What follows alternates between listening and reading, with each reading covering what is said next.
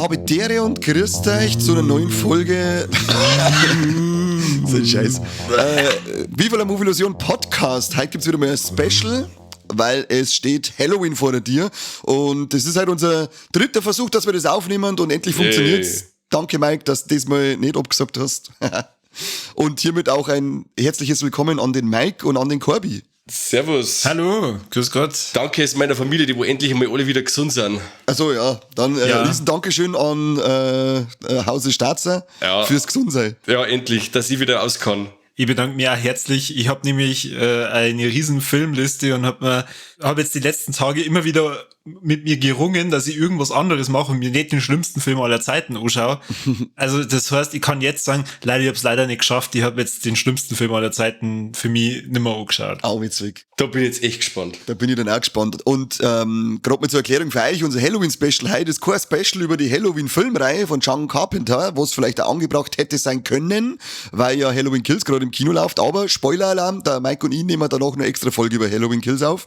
Na, heute erzählen wir euch einmal, was die drei Kasperl von Viva la Movilusion an Halloween so machen und wie sie die gruselige Jahreszeit vertreiben. Ähnlich zu der Weihnachtsfolge, gerade nicht so herzerwärmend, oder? Ich wollte gerade sagen, gerade nicht mit so viel Wein. Ja, ich wollte jetzt sagen, mit dem nüchternen Corby. Ja, genau. Nein, das darf ich nicht unterschreiben. Wir haben doch gesagt, wir saufen mal halt alle. Hey, das war ausgemacht, okay? Ich weiß nicht, mit wem du das ausgemacht hast, aber okay. Aber Corby, wenn du da schon so im Vordergrund drängst mit deinem schlechtesten, schlimmsten Film aller Zeiten, dann lass uns doch jetzt gleich mal alle dran teilhaben. Was ist dein Halloween-Ritual? Mein Halloween-Ritual? Weiß nicht, soll ich überhaupt sofort über Filme reden oder willst du erst über irgendwas völlig anderes reden, abseits von den Filmen? Du kannst reden über was du möchtest, was du an Halloween treibst. Das werde ich dir nicht vorschreiben. Okay, gut. Zumindest nicht offiziell. Also an Halloween, da wird entweder fortgegangen oder nicht, aber es wird auf jeden Fall immer gefeiert, weil an Halloween hat meine Frau Geburtstag. Wow, mega. Ja, schon. Und sie ist vor allem ein totaler Fan, was Verkleiden betrifft. Deswegen hat's da immer eine total ausgefallene Ideen. Vor ein paar Jahren waren wir eingeladen beim Kumpel von mir auf so eine Halloween-Party und da hat's dann die grandiose Idee gehabt, dass wir uns einfach wie der Kumpel verkleiden. Und dann sind wir zu viert in einem Carney-Kostüm auf seiner Party auftaucht. Das war sexy. Gibt's da Battle? Ja, die hab ich noch. Ich hab noch nie so viel Sexappeal auf einer Party gesehen. Stark. Ja. Aber dann auf alle Fälle herzlichen Glückwunsch an die Jessie schon mal da von uns. Wenn die Folge rauskommt, dann sollte die Gratulation angebracht sein. Auf jeden Fall. Alles Gute. Du hast übrigens am selben Tag Geburtstag wie der Peter Jackson. Jubel und Freude. Yeah. Oh, krass, aber sie ist Gott sei Dank nicht so alt. Und so, ja, dick ist ja fast gesagt und so dick, aber der ist ja jetzt auch Zahntier. Zauntier ist doch der nicht, oder? Ja, schon. Den kennst Kein du nicht Meter mehr. nicht. Jo, Kein nee, Meter das nicht. ist Du voll verwechselst geil. ihn mit dem Kevin Smith. Ja, so mag er ist er dann auch wieder nicht, aber er ist schon ein Schatten seiner selbst. Ja, also ich weiß, du seid total heiß drauf, aber ehrlich gesagt, ich will noch gar nicht drüber reden. Deswegen, ich verzeihe einfach mal was anderes. Eine coole Filmreihe, die man sich vor allem zu Halloween reinziehen kann, ist Paranormal Activity. Und für mich die gruseligsten Teile sind, ja, eigentlich der gruseligste Teil ist der zweite für mich.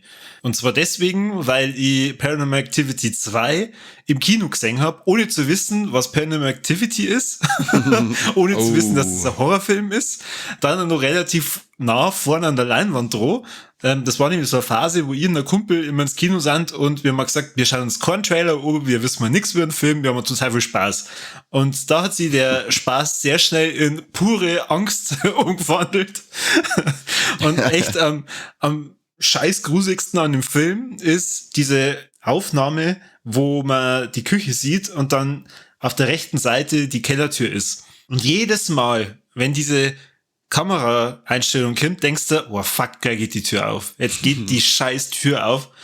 Und natürlich geht irgendwann im Verlauf des Films die Tür von alleine auf und du sitzt da und weißt schon gar nicht mehr, was du jetzt machen sollst. Also am liebsten, weiß ich nicht, war ich einfach da aufgestanden und hätte mich unter dem Kinositz verkrochen. Ist es der Teil, wo da mal in der Kirche alle Schubläden und Tieren aufschießen?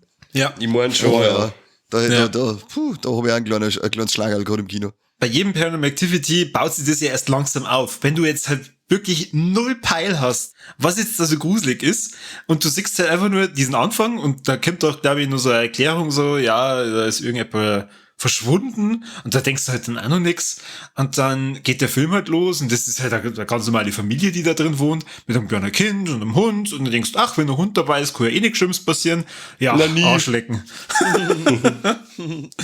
War leck. Ich hab dann auch ganz lang gebraucht, bis ich mich dann irgendwann mehr in die anderen Teile rangewagt habe. Und ich muss sagen, kein anderer Teil hat mich so schockiert wie dieser Zwarer. Aber ich glaube, das hat mich halt einfach damals geprägt da in dem Kino. Du weißt ja überhaupt nicht, was eigentlich los ist. Ja, da waren die, also ich habe den ersten im Kino damals gesehen und der hat mich ja 3 Wochen lang verfolgt im Schlaf. Das Ding war nicht mehr Schrecklich. feierlich. Das war echt so grausam, das war Körperverletzung war das, finde ich. Das war Körperverletzung. Und vor allem der erste ist ja im Kino, glaube ich, auch noch ohne Abspann gelaufen. Und das heißt, wir haben ja damals extra bis auf Landshut gefahren, den Kackfilm Genau. schauen. Und dann ist der Film gegangen und er hört ja voll krass auf und die schalten kein Licht ein. Und dann sitzt du da wirklich, wenn man, ich weiß nicht, was haben wir gesessen, 3, 4, 5 Minuten im Finstern, bis eine Frau voll hysterisch zum Schreien angefangen hat, macht's halt endlich einmal das Licht an! Also das war Wahnsinn. Also du sitzt da wirklich drin und sagst, wo leck, du guckst gerade in deinem eigenen Schweiß vor dir hier und kannst genau. überhaupt nichts da. Das Arschwasser kocht schon wie leck. scheiße und sie lassen ihn raus. Ja, voll krass. Das hat bestimmt irgend so ein statistischer Praktikant gemacht. Der hat Ja, gesagt, der hat so, gelacht. jetzt lass ich eigentlich mal da im Dunkeln Ja, genau. sitzen. Ihr Schwachköpfe. Ja, und da finde ich auch, also für mich ist deswegen der Ohrenserwert für mich immer der gruseligste bleiben. Der hat einfach so, das war das erste Mal, dass ich einen Film mit dir angesehen habe, der hat mich voll fertig gemacht, aber ich finde allgemein von der Reihe, die ersten 3 finde ich richtig stark, die haben mir alle 3 richtig Spaß gemacht. Der dritte ist ja richtig stark. Ab dem 4. war es eigentlich relativ gut, finde ich, mit der richtigen Gruselerei. Der dritte ist der mit den kleinen Kindern, oder? Ja, das Ja. Prequel quasi. Und ich finde so Sektensachen immer scheißgruselig. Und der hat mich dann am Schluss auch noch so richtig fertig gemacht. Oh, leck, ich hab den mit meiner damaligen Freundin dann angeschaut und dann gibt's doch da beim dritten die eine Szene zum Schluss aussehen, wo es dann bei dem Anwesen sind von der Oma und dann macht doch, weiß ich nicht, er, glaube ich, die Tür auf und dann stehen doch da diese ganzen alten Frauen. Ja. Und meine damalige Freundin sagt dann so, oh, leck, die schaut aus wie meine Oma. Hey. Dann hab ich gedacht, Danach ach, du warst du mit Scheiße. deiner Freundin, oder? Mit der Familie will ich nichts mehr zu tun haben. Du Schatzi, geh schnell aufs Klo, ich komm gleich wieder. Und Genau, er fuhr dann- alleine nach Haus. Genau, da hörst du so quietschende Reifen. Wir sehen uns in der Hölle. Ja, hoffentlich nicht. Habt ihr die Ableger da von Paranormal Activity auch gesehen? Also Tokyo Night vor allem? Es sind ja Nein. gerade offiziellen Ableger, oder? Es sind ja gerade irgendwie so, sind das nicht irgendwie einfach so japanische Eigeninterpretationen davon? Also offiziell gehören es nicht dazu, oder? Nicht so wie der gezeichneten. Das ist ein Spin-off, oder? The Marked Ones ist ein Genau. Spin-off, oder? Mhm. Genau. Das Und die Spin-off, Tokyo-Dinger, meine ich, aber- das sind, glaube ich, einfach nur so Eigenbrödel-Dinger von denen ernten, oder? Die haben sich gedacht, wenn die Amis jeden Film, den bei mir ausscheißt, innerhalb von einem halben Jahr remaken, dann machen wir das jetzt auch mal. Ich weiß nicht, aber Nein, hat der es nicht ist sogar kein einen Remake. Bezug im Film Ja. auf die Geschehnisse in Amerika? Ich glaube, die haben Ich weiß einen nicht. Bezug Ja. dazu, ja. Ja, Ah, okay, dann habe ich es nicht, die habe ich nämlich da nicht gesehen. Sind die was? also, wieso die? Ich kenne nur den Ohren, also ich kenne nur Tokyo Night. Gibt's ja. Ich glaube, dann verwechsel ich die gerade mit irgendeiner Reihe, die es aus Japan auch gibt, die mehrere Teile hat. The Ring. Na, Tokyo Night finde ich ja echt scheiß gruselig. Der ist nur für mich eine der besseren. Also da ist zum Beispiel der 4. oder der 5. Paranormal Activity nicht so gruselig wie Tokyo Night. ja, den 5. habe ich gar nicht mehr gesehen, weil es mir dann gelangt hat, als geheißen hat, das ist jetzt in 3D. Weil ich dachte, was soll das? Found Footage und dann ist es 3D, was soll das? Das ist doch nur behindert. Das stimmt. Das Ja. ist so mit Gewalt aufgesessen gewesen, dass ich gesagt habe, da bin ich raus. Der ist ja richtig schlecht. Ehrlich? Aber ich Ich war hab- noch ich die hab den- gezeichneten auch schon fertig, der war auch schon nicht mehr gut. Ich habe den, glaube ich, nur einmal gesehen. Bei den Gezeichneten ist ja dann so krass, dass dann wirklich mit Zeitreisen ist und so und mit Portale und ja, das ist dann schon wieder ein bisschen zu weit her, das Ganze. Ja, und er hat halt einfach auch der hat halt auch keine Atmosphäre mehr gehabt. Die geilen Mexikaner mit der Pumpgun. Ich kann weiß dir da nicht mehr nicht mehr. sagen.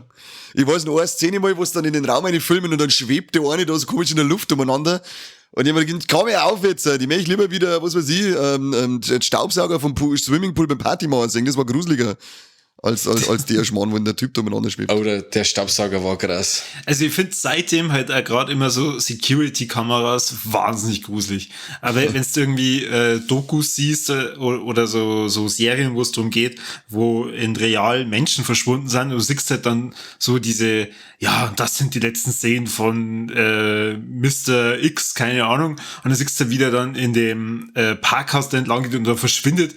Und dann, ja, und 2 Wochen lang kann man aus dem Eck dann nicht mehr raus und irgendwann hat man dann wieder gesehen oder irgendwann dann, Schaust du eine Doku so? Ja, Netflix, Unfassbar. Mann. Voll gut. Ich hab noch nie eine Doku gesehen, wo einer in einem Parkhaus in eine Ecke geht und 2 Wochen nicht mehr rauskommt. Ja, so sinnbildlich. Wahrscheinlich waren es bloß 20 Minuten oder so. Ja, wahrscheinlich. Wahrscheinlich hat er sich einfach zum Brunzen in das Ecke gestellt.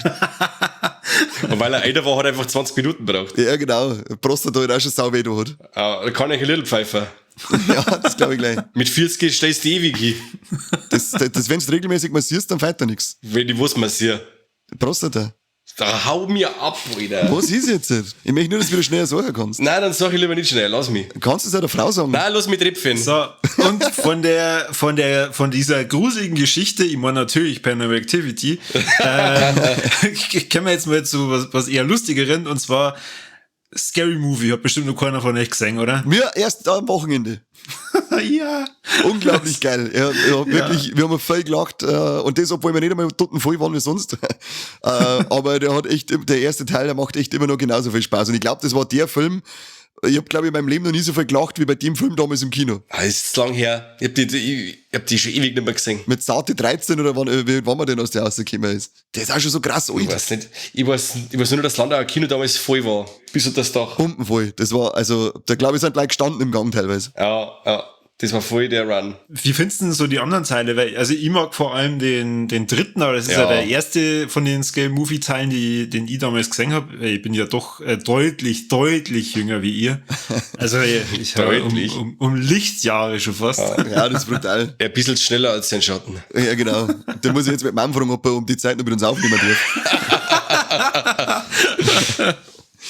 Ja, Teil ist eine Weltmacht. Das ist der lustigste Film, der jemals gemacht worden ist. Das ist der beste. Ja, das ist der beste, der dritte. Aber mit ganz viel Abstand. Und dann wird's aber grob, gell? Dann wird's grob ab dem Dreier. Ich weiß nicht, der zweite finde ich mittlerweile unterschätzt. Also ich finde zwar, kommt erst der dritte, dann da ich sagen der erste und dann sogar aber schon der zweite.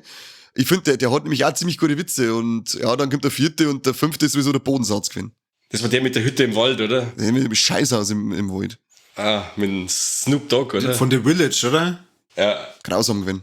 Also der zweite ist ja schon super, wegen dem Butler mit der verkrüppelten Hand, wie er dann immer durchs Essen fährt. Das ist der Beste. Das ist so ekelhaft. Oder wenn ich gewusst hätte, dass du mich heute noch rannimmst, hätte ich mich gewaschen. Und dann sagt der Geist, ich wünschte mir auch, dass du dich etwas gewaschen hättest. Und dann schaut er Unterhosen an und dann sagt er Mittwoch und schaut auf den Kalender, da war es Samstag.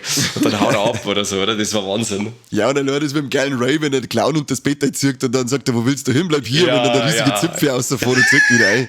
Genau. Das ist, ich sage dir, der ist glaube ich, so untergegangen, weil der erste halt einfach, da hat's ja komplett weggehauen, wie lustig das der war, und dann hast du dann einen zweiten, die Szene Erwartungen gehabt, die waren dann erst einmal sehr nicht erfüllt.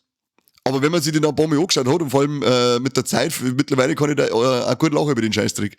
Ja. Weil die dumme Katze, wenn sie der Katze ins ins Katzenkleid geschissen hat, was soll denn das? Genau.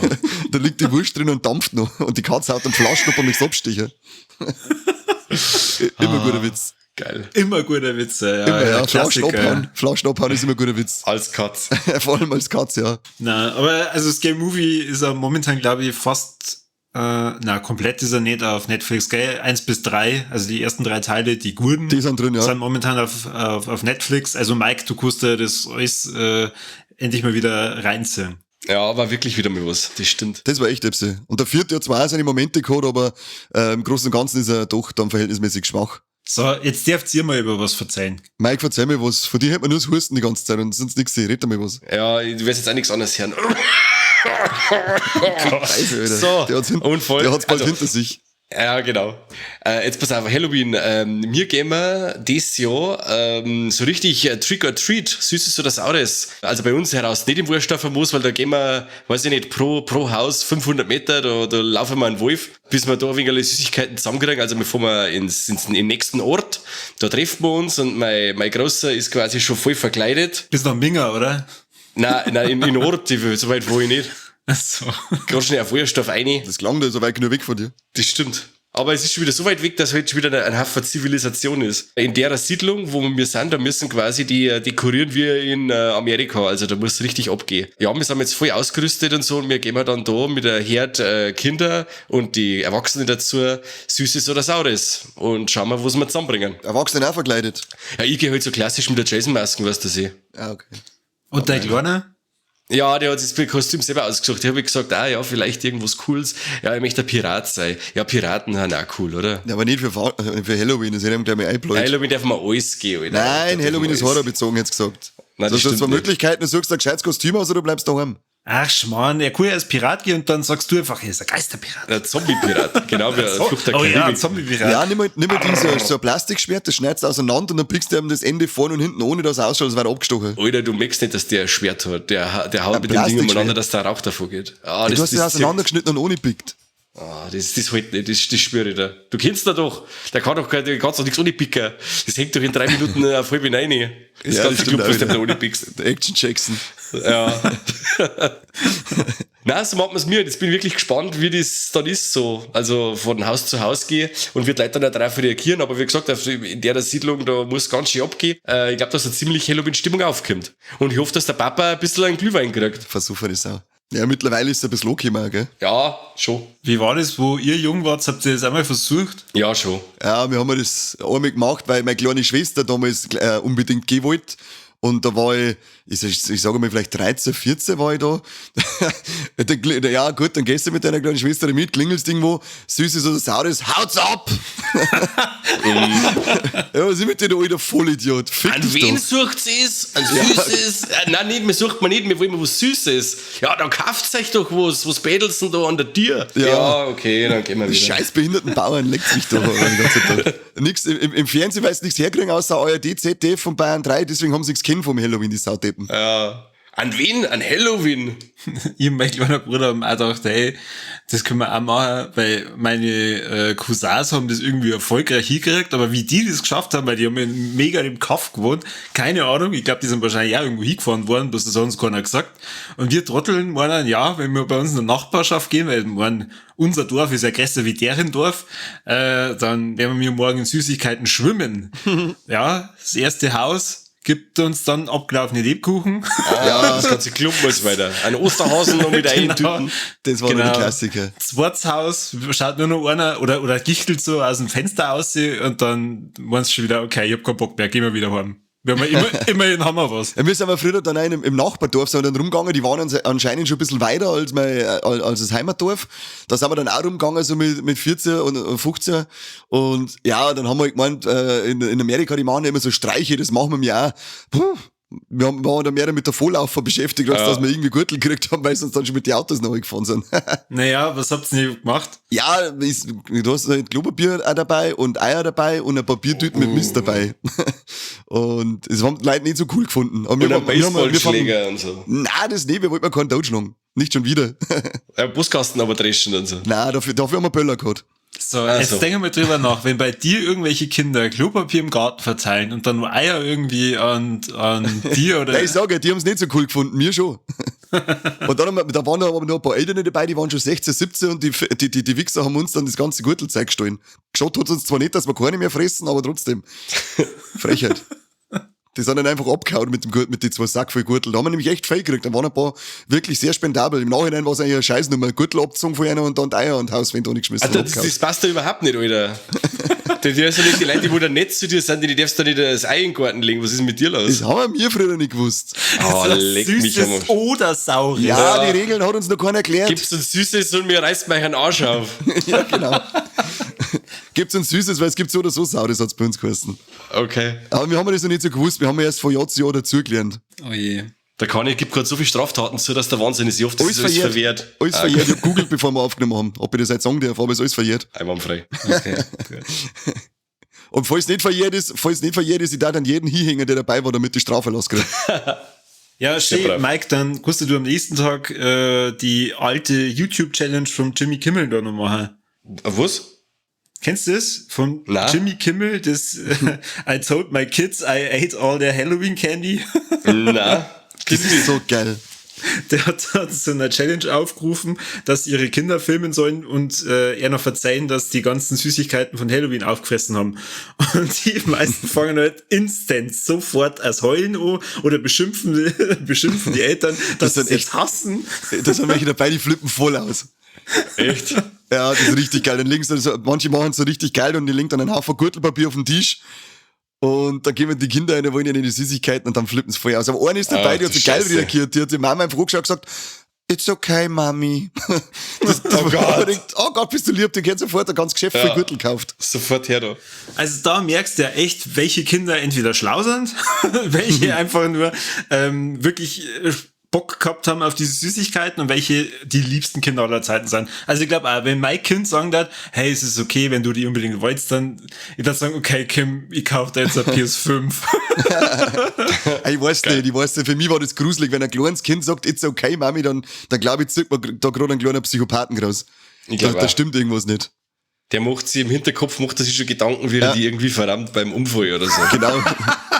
Oder wie er dann seinen Frust, den du ihm jetzt gerade im Kindesalter beigebracht hast, später an unschuldige Frauen auslässt.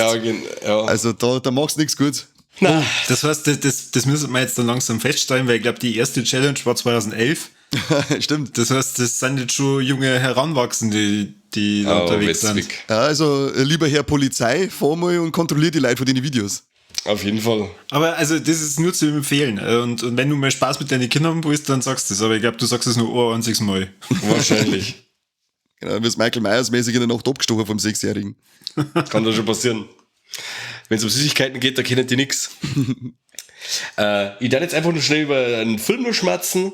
Also jeder jetzt eigentlich 2 und es sind auch 2 Fortsetzungen und es sind 2 Filme aus die 80er. Das ist einmal The Texas Chainsaw Massacre Teil 2. Den finde ich immer ganz passend für Halloween, weil der so dermaßen abgedreht ist. Der ist nicht mehr so hart wie das Original von 74. Er ist um einiges cartoonhafter, aber auch um einiges brutaler als das Original. Und ich habe eigentlich immer eine gute Zeit mit dem Film. Ich weiß, viel mengt nicht, weil er eben streckenweise so komödiantische Elemente mit drin hat. Aber ich liebe ihn für das. Und auch der Leatherface, wie er dargestellt wird von Bob Elmore, finde ich super. Der Bill Moseley als Chop Top ist auch immer gut. Also ich liebe Texas Chainsaw Massacre Teil 2. Ich finde den super. Was sagt ihr? Ich kann mit Handwerk nicht so viel anfangen. Ah, okay. Wir haben tatsächlich erst einmal gesehen, aber mir hat der damals sehr gut gefallen und ich hätte sowieso vor, demnächst einmal meine Pute daheim an Texas Chainsaw Massacre ranzuführen. Aha, sehr schön. Drum steht das jetzt auch nicht mehr auf der Liste, dass das anschauen muss. Weißt du wieder, du mit dem alten Scheiß, ey. Du meinst schon den Film, oder? Ja, Falle. Vorerst. Aber wie gesagt, dann wird's zwar wieder maulen, du mit deinem alten Scheiß, aber ich sage dann, du bist auch alt und ich hau dich nicht weiter, also gib mir Ruhe. Das ist Bildung, Alter. Das ist Bildung. Das ist auf alle Fälle Bildung. Ja, voll. Und die zweite Fortsetzung, wo ich einmal sehr geil finde, wo auch zu Halloween ziemlich passt, weil es auch so abgedreht ist, das ist Tanz der Teufel 2. Yay! Yay! Mit dem Bruce Campbell vom Sam Raimi 1987. Der macht immer Spaß. Also Bruce Campbell zum Schauen macht eigentlich immer Spaß. Da die eigentlich ja so immer nur anschauen. Da müsst ihr gar nichts tun und ich hätte Spaß, wenn ich Bruce Campbell einfach nur so anschaue. Aber der Film selber ist im Endeffekt ein wenig also ein erweitertes Remake vom ersten Teil mit mehr Kohle.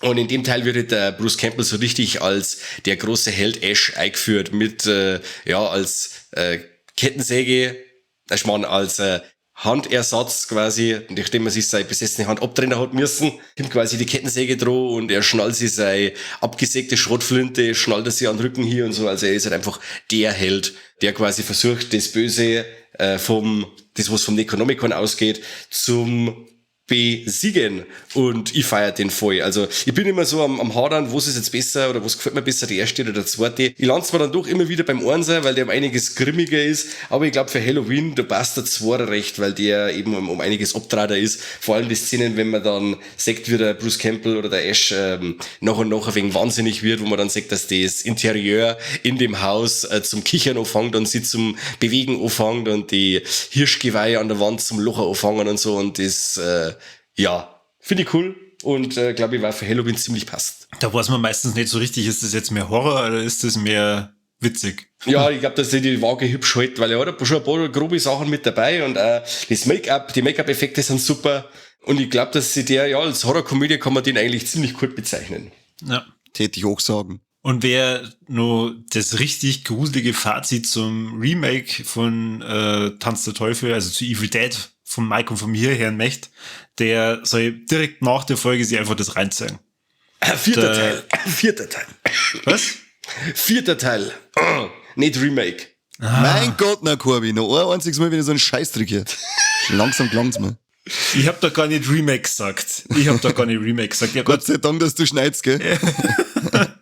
Der vierte Teil habe ich natürlich gesagt, ihr braucht's gar nicht zurückspulen, habe ich nie behauptet. Überhaupt nicht. 0. Die zwei alten Deppen, die sind gerade dort und verstehen, was sie hören wollen. Ja, was hat er gesagt? An Halloween hat er gesagt.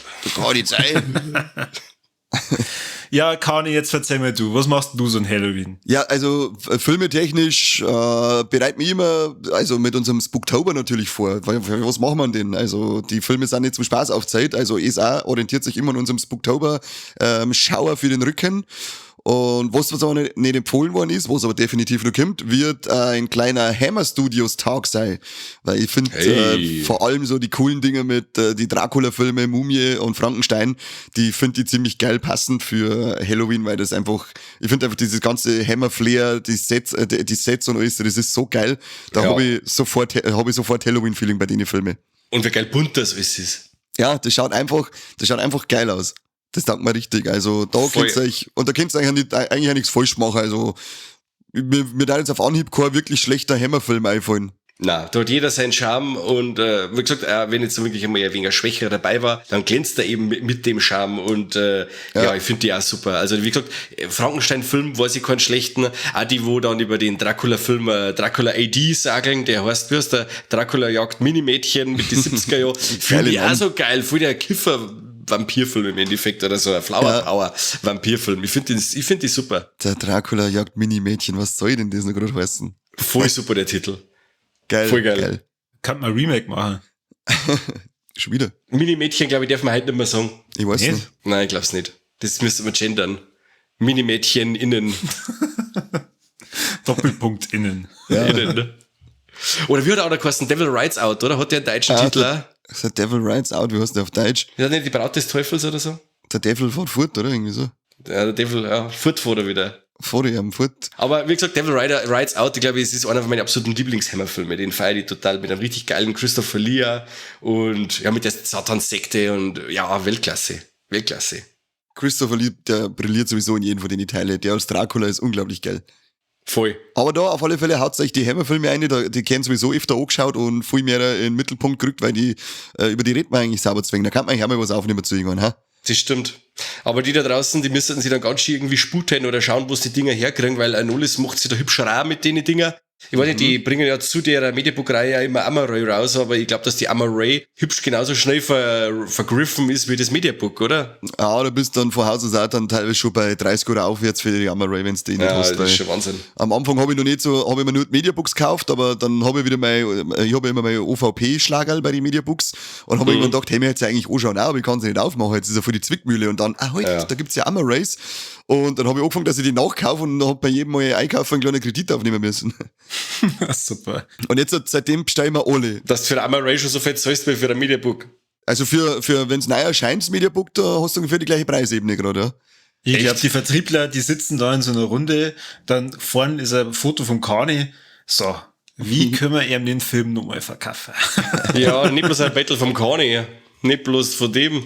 Da geht's mir schon nicht anders. Gut, ich habe jetzt das mit die Hammer Race nicht, weil ich habe die Hammer Collection damals schon von Anolis gesammelt, wo es quasi auf DVD rausgekommen sind, die Erstauflagen, wo quasi das Rückenbild von die ganzen DVDs, wenn du das zusammenstellst, den Schriftzug von Hammer Horror oder von Hammer Studios quasi ergibt, und ich habe die quasi auf DVD. Die schwarz-weiße, oder? Nein, die schwarz-weißen gibt's auch, die haben von Koch. Okay. Aber ich hab die von Anolis auch, und es ist quasi so ein roter Schriftzug hinter so einem grauen Hintergrund.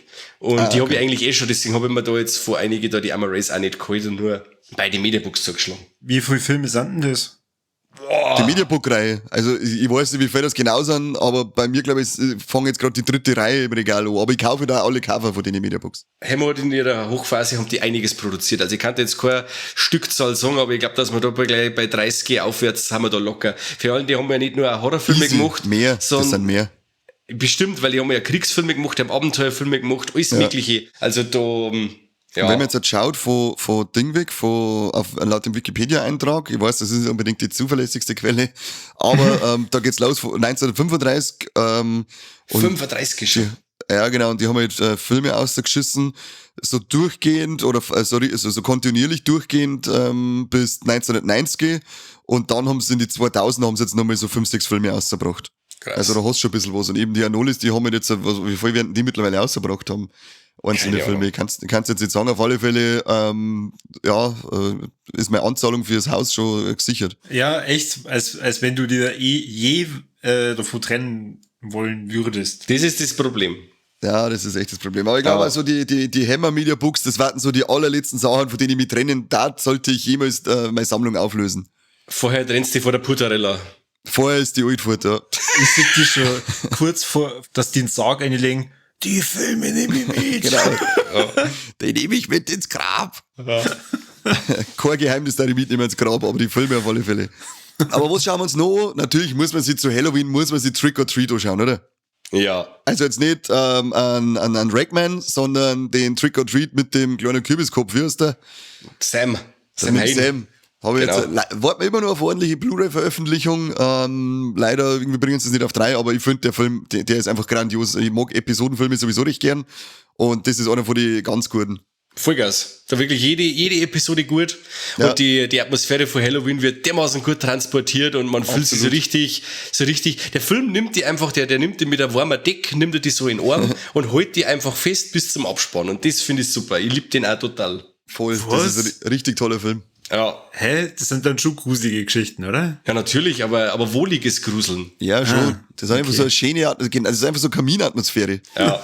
Wohliges Gruseln, wo dann der Dämon, der die gerade einmümmelt in die Decke, sagt, ja, kommt der Jumpscare, gell? Pass auf, jetzt! Ganz ruhig. Der massiert dir ein bisschen.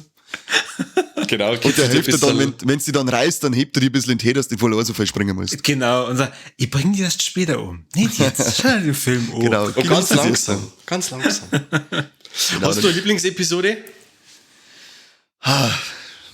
Ich glaube fast, dass die Episode mit dem alten Mo dann meine Lieblingsepisode ist. Wo der Sam den besucht, oder? Genau, den dann richtig transaliert, das finde ich richtig stark gemacht. Okay. Mein Favorit ist immer das mit die Kinder, mit die Zombie-Kinder. Das ist immer so mein Die ist auch Favorit. stark, ja, stimmt, die ist auch stark. Ja, und Das sind eigentlich der, alle. Das ist das Ja, mit den das Werwölfen. stimmt. Voll Werwölfe, geil. genau. Mit der Rotkäppchen-Metapher mit dabei. Ja, super geil. Und dann am Anfang die Tante, die als erstes umbringt mit dem riesen Lutscher im Maul dann. Ja, weil die Wie geil das an ausgeht. Halloween selber die Dekoration abbaut. Das geht gar nicht. Nein, das mag ich nicht. Das mag ich nicht, der Sam. Ja, oder wenn der Nachbar den Kürbis schnitzt, in Anführungszeichen, wo es Kürbis schnitzen, er und sein Bub, ist auch Ja, super genau. geil. Weltklasse. Nein, das ist, aber ich glaube, dass das mit dem alten Mo ist mein Favorit, ja, doch. Schön. Mag ich nichts anderes hören. Ja. Und was ich mir da anschauen wird, wieder mal, den habe ich jetzt, glaube ich, schon 3 Jahre nicht mehr gesehen, ist It Follows. Den hau ich mir jetzt wieder mal zu Halloween ein, weil It Follows für mich einfach ein riesen Bomben von Film ist. Ich finde den so geil. Es ist zwar, wenn man das hört, dass man das Wesen auf den anderen übertragt, indem man fickt, dann denkt man sich zuerst, was ist denn das für ein Bullshit? Aber der ist so geil umgesetzt, der ist teilweise scheiß gruselig, teilweise hat so einen dermaßen geilen Score, dass du sie sagst. Und teilweise am Anfang allein, wie die dann da liegt, das ist auch ziemlich hart dargestellt. Also ich finde, der ist durch und durch gelungen, der Film. Voll. Und auch das extrem pessimistische Ende dann dazu. Ja, Ja. Der ist Taugt wirklich mir stark. richtig. War so, den haben wir im Hardline gesehen, gell? Ja, genau. Wieder mal. Hardline einfach immer, haut immer den guten Scheiß raus. Vollgas. Hast du den gesehen? Habe ich ja nicht voll aus. Ich habe den schon öfter mal bei den Streaming-Dienste auf der Watchlist gehabt und habe mir dann jetzt mal gedacht, hab noch nie was Gutes über den Film gehört. Wo ist denn nie was Gutes? Bist du nicht ganz dicht, oder den was? kaputt. Ja, hoffentlich werfen uns dir rohe Ohr ans Haus, ohne du Saudepp. Ich habe noch nix über den Film gehört. Deswegen habe ich eben noch nichts Gutes über den Film gehört. Ich habe jetzt gerade von dir, Kani, zum ersten Mal gehört, dass der Film super ist. Also würde er wahrscheinlich jetzt dann mal von der Watchlist runterkommen, weil ich ihn mal anschaue, okay? Dann sollen es keine rohe Ohr sein, sondern normale, die es ans Haus werfen. Das Ja, aber da ist kannst du lieb. dann einen Salat machen. Dann, Das muss klar, genau. Vielleicht sind sie schon hart gekocht, dass du das wirklich gerade noch schön musst. Geil. Aber Vorsicht, du möchtest danach nicht mehr mäusern, weil du Angst kriegst. Okay. Dann ist der Fall vorbei, dann bist du nicht mehr eure Mäuslichkeit. Die FE-Nummer. Mag ich nicht mehr. Ganz im Ernst, ich bin verheiratet. Ja. Was heißt das jetzt, dass du darfst oder nicht? Mike, was hast du noch für gruselige Filme? Ich habe eine wahnsinnig gruselige. Ich weiß nicht, viele Leute finden das nicht mehr gruselig, aber ich finde das super gruselig. Und zwar, ich hätte jetzt fast den italienischen Titel vorgelesen oder den spanischen Titel, aber dann mache ich mich wieder komplett zum Volldeppen und sage einfach den La Noche del Terror Ciego. Was war deine Muttersprache? Und zwar die Nacht der reitenden Leichen. Die Nacht der reitenden Leichen? Kommen da Pferde drin vor? Voll, das ist ein Pferdefilm. Geil. Das ist die Vorgeschichte von Ostwind. Ja, da kommen auf alle Fälle Zombie-Pferde vor und die Reiter, die diese Zombie-Pferde reiten, haben selber Zombies, also Untote quasi. Da geht's quasi drum, dass so Tempelritter im Mittelalter ganz viel Scheiß drin haben im Namen der Kirche und haben somit verdammt worden. Dann haben ihnen die Augen ausgebrannt worden und sie sind dann lebendig eingemauert worden. Genau.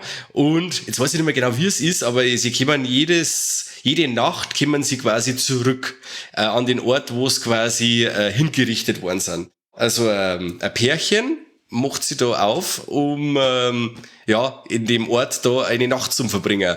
Und die werden halt dann quasi überrascht von den reitenden Leichen. Der Film ist wirklich, oder eine Fortsetzung dazu, die Rückkehr der reitenden Leichen, ist an Atmosphäre fast nicht zum Überbieten. Also wirklich, wer so auf einer 70er-Atmosphäre steht, mit wirklich einem geilen Soundtrack, ein richtig gruseliger Soundtrack.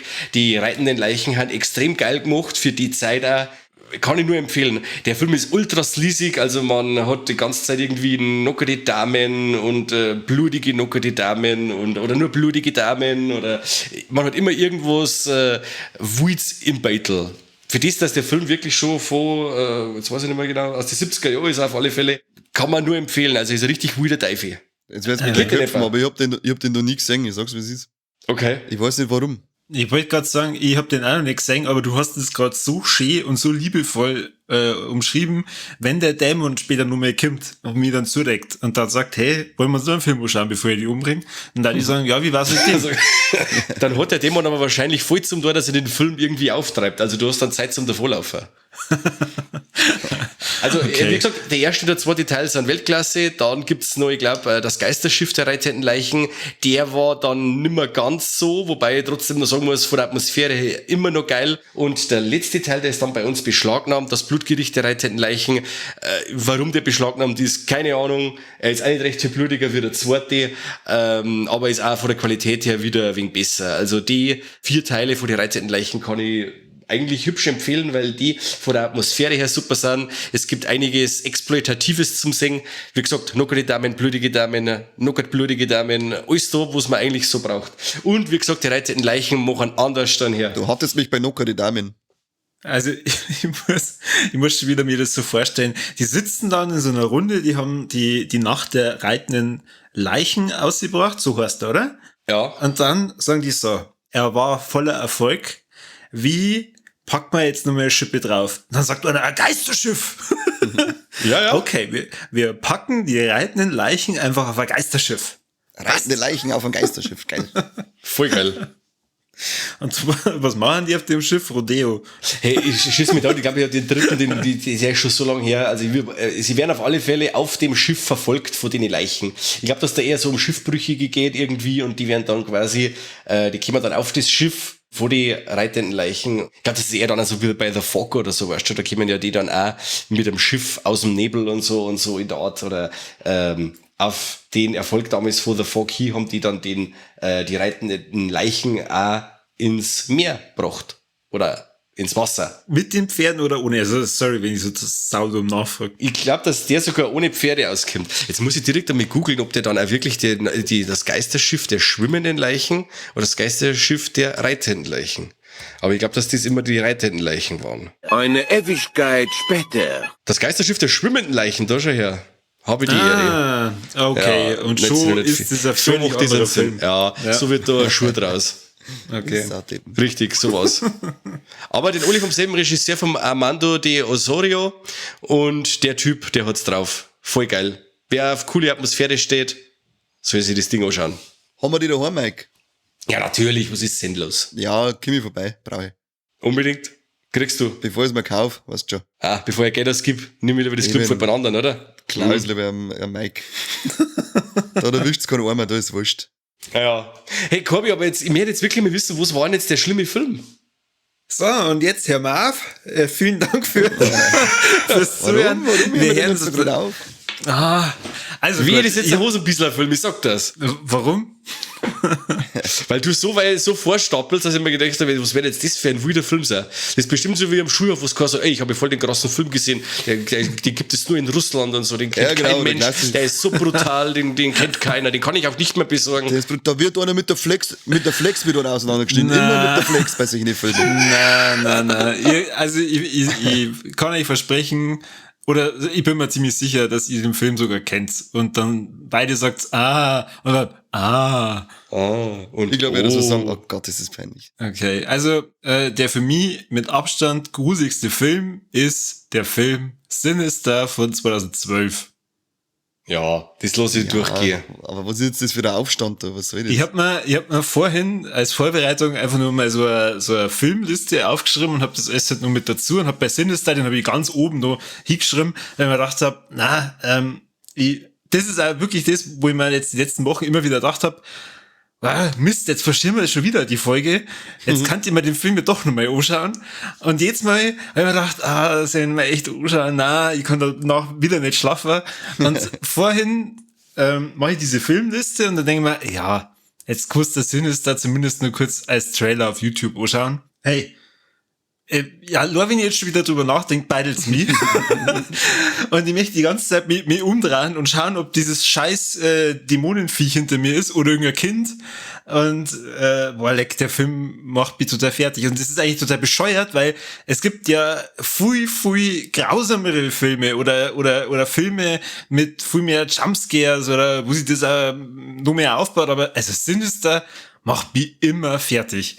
Also ganz kurz umrissen für die Leute, die überhaupt keine Ahnung haben, um was da geht. Ein Schriftsteller zieht mit seiner Familie in ein Haus, wo früher ein Haufen Familientragödien stattgefunden haben. Also wo die Familien brutal ermordet worden sind. Er verschweigt aber seiner Familie, dass er deswegen in das Haus gezogen ist, dass er inspiriert wird für sein nächstes Buch, weil er schreibt so Kriminalromane und findet dann am Dachboden in der Kiste so einen Super 8-Projektor und halt einen Haufen Filmrollen dazu. Und auf die Filmrollen sieht er halt dann, wie diese Familien, die da vorher drin gewohnt haben, ermordet werden. Es baut sich halt langsam auf, dass er herausfindet, warum werden die ermordet, warum kommt da immer so ein bestimmtes Zeichen, so ein dämonisches Zeichen in den Filmen vor, und erfährt halt dann was über den Dämon, und in dem es in dem Film geht, um den Bugul, und den sieht man halt dann da ein paar Mal, und das Ende, also ich möchte es ja gar nicht spoilern, das hat mich völlig fertig gemacht, und ich bin dann da gesessen und gedacht, oh Gott, den möchte ich nie wiedersehen. Ja. Also ich weiß nicht, ihr kennt den ja beide, oder? Ja, Logo. Ich glaube, wir haben den damals sogar miteinander im Kino gesehen, oder? Ja, da haben wir Double Feature gemacht. Da haben wir uns Sinister angeschaut und danach haben wir uns The Possession, glaube ich, angeschaut, kann das sein? Ja, genau, mit Jeffrey Dean Morgan. Ja, Genau. also Possession ist ein Scheißdreck. Ja, warte, Oberkimmer nach Sinister. Ja, da war's zum Oberkommen.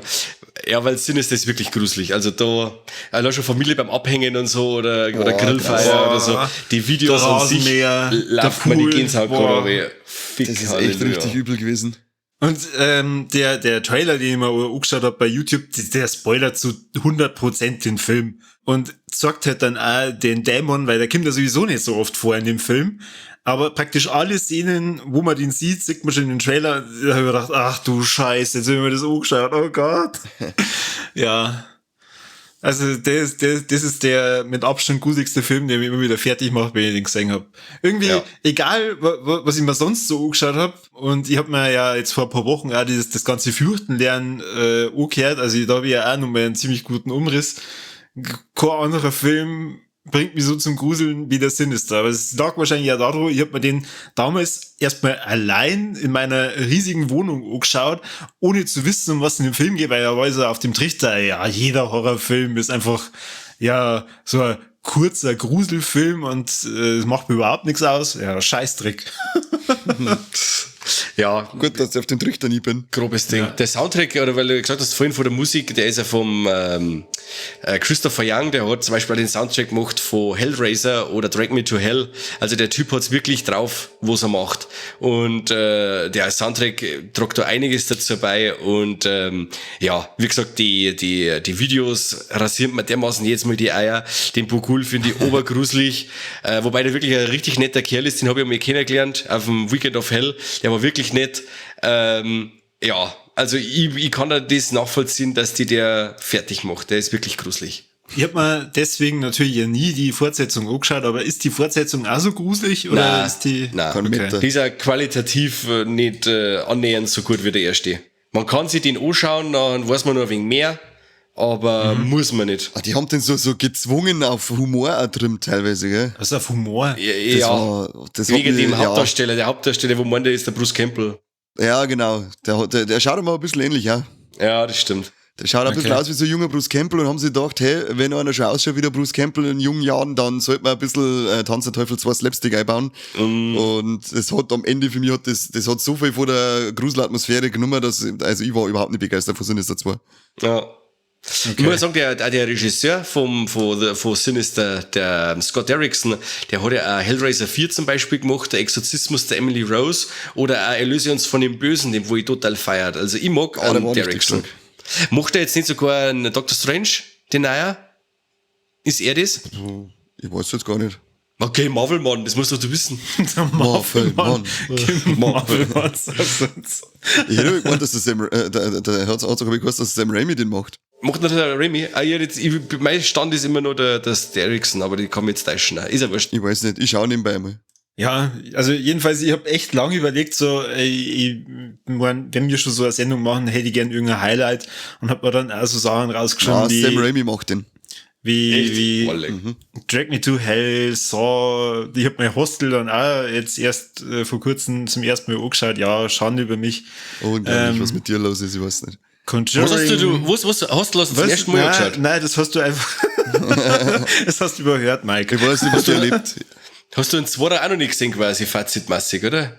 Nein, den hat mir dann der Kani mitgegeben in der eventuell ungeschnittenen Fassung. Ich gebe das natürlich nicht zu, dass ich die Nein, nicht... den gibt's nicht. Schauen wir nur die Den zensierten, gibt's offiziell nicht, ja. erschienenen Filme an. Ja, das Genau. haben wir Der hat geprüft. mir mitgegeben, nicht, dass ich irgendein Qualitätsproblem bei Netflix kriege. Also Genau. der Zweiter ist nochmal um einiges krasser wie der erste. Ich finde den Zweiter Boah. viel besser. Okay. Zweiter geht richtig ab. Ich finde den auch fast besser als ein Einser. Ja, was den einen so gut macht, macht der Zweiter dreimal so gut. Also wirklich ein dermaßen, also das ist die Speerspitze des Torture-Porn. Alles, was danach gekommen ist, war nicht mehr so gar wie der Hostel 2. Das war Weltklasse. Echt? Okay. Ja, vor allem, weil sie da so eine Qualität, weil sie da qualitativ so hochwertig ausgeschaut hat, alles. Ja. Weil die meisten Torture-Porn-Sachen, die halt noch krasser sein wollen, die haben halt dann auch schon oft coole Effekte, aber man sagt halt dann immer, dass halt Effekte sind. Und, aber beim Hostel 2, da denkst du halt, ja, Alter, so schaut das wahrscheinlich aus. Ja, Okay. voll. Boah, jetzt bin ich gespannt. Und ich denke halt nur, ich denke immer nur zurück an die Kritiken, die damals herausgekommen sind, was dann geheißen hat. Oder bei einer habe ich irgendwie gelesen, dass das überhaupt nichts mehr mit Film zu tun hat, sondern dass man da rauszeigt, dass mit dem Regisseur irgendwas nicht stimmt und ich einfach nur eine sadistische, kranke Fantasie freien Lauf lassen möchte. Und ich denke mir so, ja bitte, tu das nur so. Genau deswegen schau es mal, wo ich möchte kranke, sadistische Fantasie sagen, du Vollidiot. Und sei doch froh, dass es in einem Film tut, andere machen es nicht. Ja. Wer hat den dann gemacht? War das auch der Eli Roth. Eli Roth, ja. Ah ja, okay. Aber den dritten kannst du dann schenken. Ja, leider. Der dritte ist ein sauberer Gurkensalat, hätte ich mal gesagt. Du kannst ja dann wirklich alles schenken, wo es auch ein Torture-Porn danach gekommen ist. Mit Hostel 2 hast du alles gesehen. Das ist, der ist super. Da hätte ich jetzt auch wieder Bock. Schau endlich an, weil ich ihn wieder brauche, ich möchte ihn anschauen. Ja, Chef. Ja, Regst mich Chef. auf. Das machen wir aber nach Halloween. Was habt's denn ihr noch so im Köcher? Ja, in Köcher eine fette Halloween-Party gemacht, Leute. Jetzt erzähl, was macht denn alles der Conny? Ja, wie immer, also wir sind ja sonst immer sauber fortgegangen, aber irgendwann hast du dann festgestellt, das kostümierte Fortgehen, das nervt, irgendwann nervt dich deine Masken oder irgendein Drum, das du miteinander schleppen musst, jetzt machen wir lieber selber Halloween-Party und wir zicken das halt dann irgendwie richtig auf mit Kostümpflicht, die Bude wird sauber dekoriert, wir treffen uns jetzt dann noch zum Kürbisschnitzen diesmal auch noch, da bin ich schon gespannt, ob ich den Finger verliere oder ob ich es auch so schaffe. Weil die Dinger die sind gar nicht so einfach zum Ausschneiden. Ja, und dann wird da alles schön dunkel gerade beleuchtet, dass es ein wenig creepy ist. Wir haben da so bunte Lampen, also alles so in einem Rotton, so halbwegs Puffer. Dann lassen wir im Hintergrund dann so schwarz-weiß Horrorfilme lautlos laufen und die erste Zeit laufen auch nur Film-Soundtracks im Hintergrund. Bis wir dann am Ende umschwenken und natürlich auf Partymusik wie Backstreet Boys umsteigen müssen, weil sonst ist ja keine Party, wenn keine 90er laufen. Und ja, dazu kochen wir dann meistens irgendwas Cooles, ein bisschen so Halloween-bezogen, was haben wir mal gehabt? Ein Kuchen, der ausgeschaut hat wie ein Friedhof mit einem großen Grabstein vorne an der Spitzen dran. Ich hätte eigentlich nur Bock gehabt auf eine Schüssel voll mit Rosenkohl in Schokolade getränkt und das dann als Schnapsdinger oder so verkauft, aber er hat dann gesagt, das ist Verschwendung. Aber ich hab mir gedacht, ja, Alter, wir sind mal weiße, reiche Europäer, wir können es uns leisten. Das stimmt. Bin trotzdem nicht durchgekommen damit. Ja, da zicken wir dann immer eine schöne Halloween-Party auf. Wir waren auch im Horror-Shop, waren wir da noch extra beim Einkaufen, falls den irgendwann kennt, in Landsham.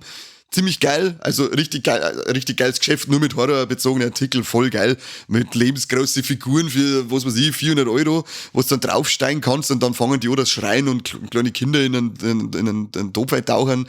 Also da irgendwann habe ich gesagt zu meiner Holden, irgendwann haben wir so eine Figur daheim, die 400 € hau ich irgendwann noch raus. Aber erst mal für die kleine Spinne, also kleine Fettsackspinne, wo du dann einen Knopf unter den Teppich, Fußabtreter reinlegst und wenn jemand draufsteigt, dann springt die nach vorne und schreit voll.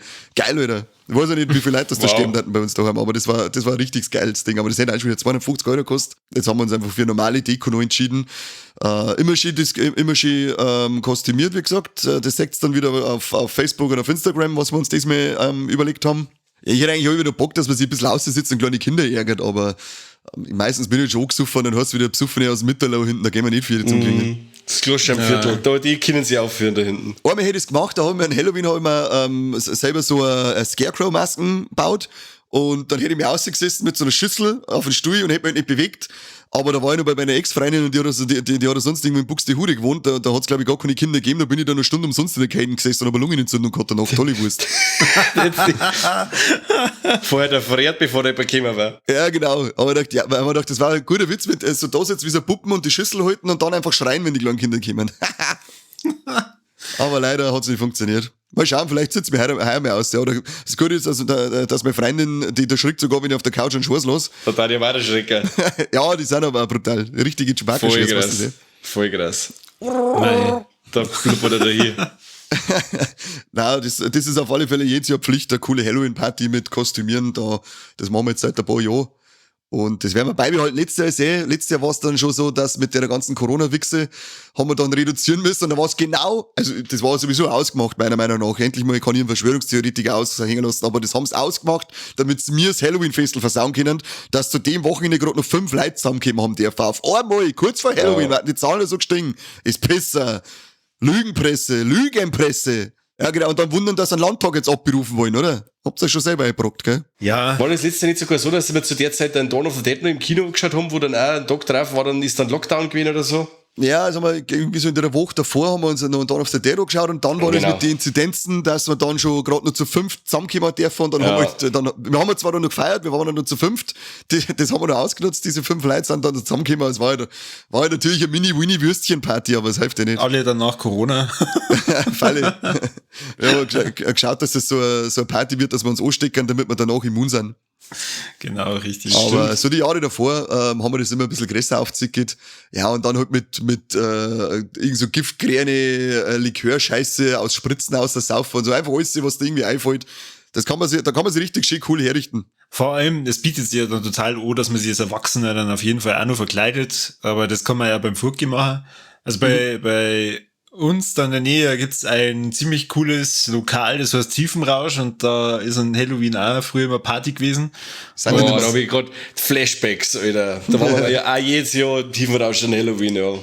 Da in einem Jahr waren so geile Leute da, die haben die Masken gehabt von den Orks von Herr der Ringe. Das hat so echt ausgeschaut. Boah, leck, Geil. Wahnsinn. Jeder wollte mit dem ein Bier trinken. Und er wollte euch nur über die Beine abschneiden, weil die braucht ihr ja nicht. Ja. Ich rieche Menschenfleisch, hat er gesagt. Das ist sowieso immer geil, wenn man irgendwie eine große Gruppe hat, so Gruppenkostüme, sind wir dann einmal bei uns da in Simbach ins Despo gegangen, der hat auch jetzt so eine Halloween-Party, was zwar nicht, ob er die heuer noch hat, ich hab noch nichts gesehen. Aber da sind wir dann 8, 9 Leute gewesen und dann sind wir alle mit Stoffhosen, weißen Hemd, schwarzer Krawatten und Tiermasken mit Waffen dann gegangen, wie so ein Jagdding. Es hat dann das Hemd mit Blut geschmiert und das hat auch ziemlich geil ausgeschaut. Das ist über Your Next, oder? Ja, Die genau so Tiermasken. Unix-mäßig dann. Das finde ich so Gruppenkostüme, da kannst du mal richtig geile Sachen durchziehen. Aber es muss immer geil, low budget muss das immer sein. Es muss immer geil, aber schlecht ausschauen. Geil, schlecht, also das ist immer wichtig. Aufhören mit hochwertige Heidi Klum Kostüme, das ist alles Bullshit. Das muss geiler, selbstgemachter, billiger Scheiß sein, der aber gut ausschaut. Aber ihr abgezogene Haut war damals schon stark. Ja, alle war stark, aber die soll ja abhauen. Weißt du, Ja, natürlich soll es abhauen, aber ich kann mir keine 50.000 Euro für Kostüme jetzt leisten. ich habe 3-mal hingeschaut. Also das war krass, das war ein cooles Kostüm. So geht doch die Lady Gaga auf jede Veranstaltung, wie sie an Halloween rumrennt. Das stimmt. Also, brauche nicht so toll, als wäre es irgendwas Besonderes. Ja, hast du recht. Wir haben auch meistens immer kurz davor erst beschlossen, dass wir uns irgendwie verkleiden, und dann haben wir nichts daheim gehabt außer Leim. Also haben wir uns dann Leim und die Farbe dann auf die Haut hingeschmiert, und es hat auch so ausgeschaut, als wenn die Haut abblättert, und dann sind wir so erstmal ins Irish gegangen und die haben dann einmal gesagt, boah, leck, habt ihr euch weh, du? Das ist Halloween. Haben sie gleich voll geglaubt, oder? Boah, leck, jetzt fällt mir gerade ein, im Irish, da ist einmal in einer Kämmer in diesem riesigen Pyramid Head Kostüm. Boah, leck, von Silent Hill. Ich hab mir gedacht, ich stirb, schaut das geil aus. Wahnsinn. Mir war es ein Wurscht gewesen, wenn es der echte gewesen war. Aber ein Beutel mache ich mit dir. Ja, Wahnsinn. Also das war brutal. Da gibt's ja so einen Typen, der hat auch so ein geiles Cosplay gemacht, ich glaube, an Pizza Hut Head hat er aber gemacht, ich glaube, mit einem riesigen, so einer riesigen Schaufel wie Pizzabäcker haben und dann halt aus Pizzakartonschachteln, man ja das in den Pyramidenkopf zusammenbaut. Geil. Und ein Kumpel von uns, ich sage jetzt, weiß ich, den Namen nennen wir jetzt nicht, aber wenn du das hörst und du hörst uns, das weiß ich, dann weißt du, dass du gemeint bist. Da hat er einen Pathologen gemacht und hat sich da wirklich da mit Kittel und was weiß ich und mit Mützchen und mit AIDS-Handschuhen und alles, was er dabei gehabt. Ja, Kunstblut braucht er noch. Ach, haben wir nicht. Dann hat er sich einen Ketchup ins Gesicht eingeschmiert. Und das hat er dermaßen bissen müssen, weil am nächsten Tag hat er einen Ausschlag im ganzen Gesicht von dem eintrittenden Ketchup gekriegt. Geil. Und vor allem, die sind halt so Leute, die wirklich so voll geil da saufen und dann am Mittag erst wach werden. Das heißt, das Zeug ist wirklich Stunden eingezogen. Und ja, der hat richtig schön ausgeschaut, wirklich. Ja. Ja, wir haben das letztes Jahr bei mir so Krankenschwester und Arzt gemacht. Hat auch sexy ausgeschaut. Ich war natürlich die Krankenschwester. Natürlich. Redest du nur von Halloween oder von euren Rollenspielen? Ein bisschen was von Seite A und ein bisschen was von Seite B. Nicht schlecht, nicht schlecht. Clive Bixby und Juliana. Ja, aber Mike, du musst ja auch mal gescheit verkleiden, nicht gerade mit Masken aufsitzen. Nicht nur immer. Ja, ich weiß nicht. Ja. Also, du möchtest, dass der Bub irgendwas Cooles macht und er macht dann einen Piraten. Und warum? Weil er von dir kein gescheites Vorbild kriegt. Ja, ich habe einen Ruf zum Verlieren, Alter. Ich kann nicht irgendwie in der Öffentlichkeit so voll Gas rumlaufen, Alter. Das geht nicht. Es ist eine Halloween-Party. Ja. Ich glaube eher, dass sie sich über die lustig machen, weil sie nicht gescheit kostümiert. Da haben die alle werden viel cool sein und du bist wieder der Loser. Wieder? Story of my life heißt es dann. Jetzt kann ich, lass ihn in Ruhe. Unglaublich. Lass du mich in Ruhe. Ich bin raus. Lass mir einen Korbi.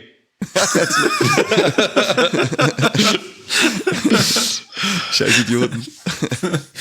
So, hat noch irgendwas Filmisches, über das wir reden sollten? Ah, nein. Was sagt man nur über Filme reden? Das ist doch alles ein Schmarrn.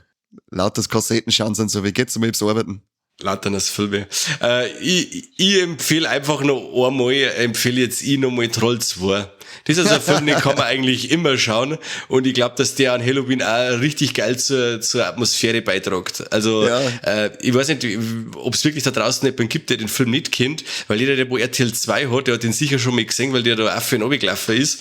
Die Familie macht Urlaub in Nilborg. Das übrigens Was heißt rückwärts Goblin? Genau. Die machen da Urlaub und da stellt sich quasi raus, dass da das ganze Dorf Nilborg besetzt ist oder bewohnt ist von Trollen. Und das sind vegetarische Trolle und die wollen quasi Menschen mit so einer komischen grünen Glibbermasse, die wo sie ihnen die ganze Zeit zum Fressen geben wollen, zu flüssigen grünen Moos verarbeiten, dass sie es dann fressen können. Scheiß Veggie-Deppen mal weg, gell? Ja, voll. Vegan und dann Trolle. Das Ja, genau. Ja. Das kommt dabei raus, wenn du meinst, das müsst ihr gescheit fressen. Ins Kruzifixen. Genau. Ja, wir haben die Masken gemacht. Ja. Die Masken? Ich weiß Ja. nur, also der Regie geführt hat der Claudio Fragasso und der hat wirklich also geile Filme gemacht, wie zum Beispiel Monster Dog mit dem Alice Cooper oder so. Also der hat richtig coole Filme gemacht. Mit dabei war damals auch der Joe D'Amato hat das Ganze produziert und ich weiß nur, dass die Kostüme von der Laura Gemser sind. Die Ja, steht sogar genau. im Vorspann. Laura Gemser, Freunde. Laura 1900 Waschbär im Schritt 74 Gemser. Pocahontas for real Gemser. Ja, genau, die schaut echt aus wie Pocahontas, aber hat den Waschbär im Schritt und nicht auf der Schulter. Geil, ja, das stimmt. Das ist Genau. eine Traumfrau gewesen. Ja. Und der Oder Film ist wirklich Wahnsinn. Wahnsinn. Lebt die noch schon, oder? Ich glaube schon, dass die noch lebt, ja. Aber die haben nicht alle jetzt schon gut alt. Ja, aber die einmal Traumfrau, immer Traumfrau. Eben, da muss man dazu stehen, genau wie Monica Bellucci, die wird für mich auch immer top da stehen, egal wie alt das ist. Fertig. Das ist sogar der Joe D'Amato war in der Produktion dabei, gell, bei Troll? Ja, genau. Ist das nicht? Oder hast du es vorher schon gesagt? Habe ich schon gesagt. Ach so, habe ich wieder nicht zugehört bei dem Scheiß. Ja, bei dem Scheiß, wo sie labert. Und er hat wirklich den Ruf, dass er einer von den schlechtesten Filme aller Zeiten ist, aber da ist er meiner Meinung nach ganz weit weg, weil der Unterhaltungswert von dem Film ist jenseits von Gut und Böse. Also man kann den, weil er auch wirklich teilweise eine gruselige Atmosphäre mit einbaut, man kann den als Horrorfilm nehmen, man kann den als Spoof-Film nehmen, man soll den einfach anschauen. Ich glaube, dass der sogar ab 12 frei ist oder so, oder? Ich weiß nicht, der Mann ist auch nicht wirklich wild.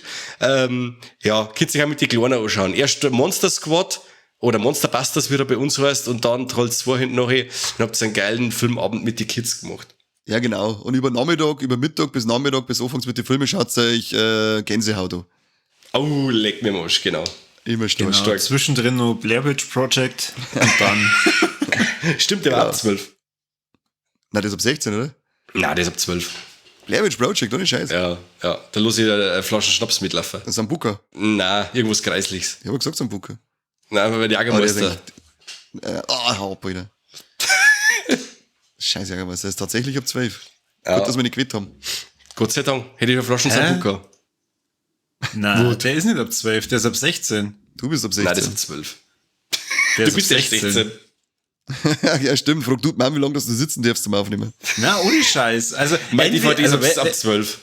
wenn heute schon wieder Wikipedia lügt, dann schreibe ich einen Beschwerdebrief. Handschriftlich an die Herrschaften von Wikipedia. Aber da steht FSK 16. Das stimmt, da steht's wirklich, aber wenn du zum Beispiel dann googelst, dann steht FSK 12 rechts daneben da dort. Was ist denn da los? Ja, es ist die Uncut-Version. Der Unrated, die gibt's nur im Unrated Haushof. Cut. Genau. In Russland. Der aus Russland, was wollen mit der Flex auseinanderschneiden. Aber den Film gibt's nicht mehr. Den gibt's nicht Den mehr. gibt's nicht mehr. Nein, den hat er später auf der Festplatte gehabt, aber die ist hier. Ja, das hier. Das Also die unter- offizielle FSK-Freigabebescheinigung von 2013 sagt freigegeben ab 16 Jahren. Meine DVD, die wo ich auf dem Regal assoziiert, steht drauf FSK 12. Junge! Ist das so ein Klebe-FSK? Nein! Nee, Nein, das ist ja richtig oldschool. Hinten drauf ein kleines, ein schönes Kornflatschen vorne. Das gibt's ja nicht. Also wirklich, was ist denn los mit Wikipedia? Was ist da schon wieder Schau los? nicht Wikipedia, wenn du was wirklich fundiertes Wissen brauchst. Dann schaust du bei OFDB. Jetzt habe ich gedacht, dann soll ich bei dir das nächste Mal vorbeischauen. Ja, dann Bevor ich schaut's mir irgendwas ins Regal. Genau, bevor ich irgendwas über den Film sage, dann hole ich mir das nächste Mal erstmal bei Mike direkt live den Film, schauen wir das dann an und bewerten es selber noch, dann schaue ich erst auf Tülle. Ich hab die Lösung. Apropos, jetzt pass auf. Die Jetzt wird's FSK 16 Freigabe beruht aufgrund der Extras. Der Film selbst ist FSK 12. Dann die Extras gruseliger wie der Film. What? Ja, kein Scheiß. Okay, so jetzt bin ich neugierig. Das Einzige, was bei dem Film gruselig war, die scheiß Wackelkamera, da hätte ich bei dir gespielt. Nein, das war nicht das einzig Gruselige. Der Film war komplett gruselig. Damals, als ich das erste Mal gesehen habe, da hat er mich auch noch gruselt. Und da war es echt so, gut, wir haben den am Sonntag beim Spätzle angeschaut, total verkatert. Und dann da habe ich danach zum Speim gemessen, weil mir so schlecht war von der scheiß Wackelkamera. Also, Okay. kurzer Tipp, Lifehack von mir, verkatert, nichts mit Found Footage anschauen. Geht Wow. gar nicht. Aber ich hab mir dann habe ich mir vor ein paar Jahren erst nochmal angeschaut und da hat er mich überhaupt nicht mehr fesseln können. Okay. Das Ding ist halt, sobald du weißt, dass am Ende halt, sobald du weißt, wie er ausgeht, dann, naja, gruselt sich halt einfach nicht mehr. Ja, mich nervt halt wirklich das Blöde umeinander getrennte und Geschrei da im Wald von dem Rindviech da und der Drahtsletten von der Nase aus, dann hau ab mit dem Scheiß. Das schauen wir Jetzt lieber bei hört's Scary auf. Movie an. Bei Scary Movie. Oh, leck. Wo es ein Rotz gerade nur noch so runterhaut. Ja, genau. So schaue ich im Sommer aus mit der scheiß Allergie. Und ich jetzt im Winter mit meinem Schnupfen. Ja, genau. Pfui Teufel, pfui Teufel. Ja gut, ich würde sagen, wir sind bei über einer Stunde. Der arme Typ, der schneiden muss, der sitzt wahrscheinlich jetzt schon da und denkt sich gerade sehr fix, ich möchte von meinem Wochenende noch was haben. Der kriegt dann einen Haufen Kohle dafür, also soll sein Schnauzen halten. Was, echt? Falle? Was denn? Ja, einen Haufen Kohle, das sagen wir jetzt nicht.